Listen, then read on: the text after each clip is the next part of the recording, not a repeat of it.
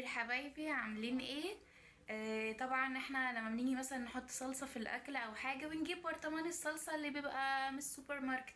طيب احنا لما بنجيب البرطمان الصلصة من السوبر ماركت، كل مرة بناخد معلقة ومرة بنحطه في الفريزر وبعدين نطلعه يفك وناخد المعلقة اللي احنا عايزينها. طب وليه؟ احنا نقدر نعمل طريقة سهلة جدا ان احنا نفضي كل الصلصة في علبة بلاستيك عادية خالص، علبة بلاستيك، وبعدين نحطها في الفريزر. هتعمل لنا قالب حلو كده. نطلعه وبعدين نقطعه بشكل مكعبات بحيث يبقى المكعب بيعمل معاكي معلقة زي ما انتي محتاجاها بالظبط.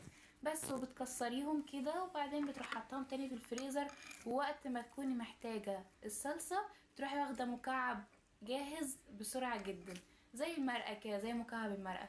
ليه عملنا كده؟ عشان الدنيا تبقى سهلة، ولما بيبقى حاطين برطمان الصلصة في التلاجة لفترة طويلة ونطلع ناخد ونحطه تاني بيبوظ، ما بيبقاش حلو خالص. فقلنا نجي نضيف كده تركاية حلوة، ونتمنى تكون عجبتكم. تابعونا بقى، احنا ماما نونا ومريان. باي.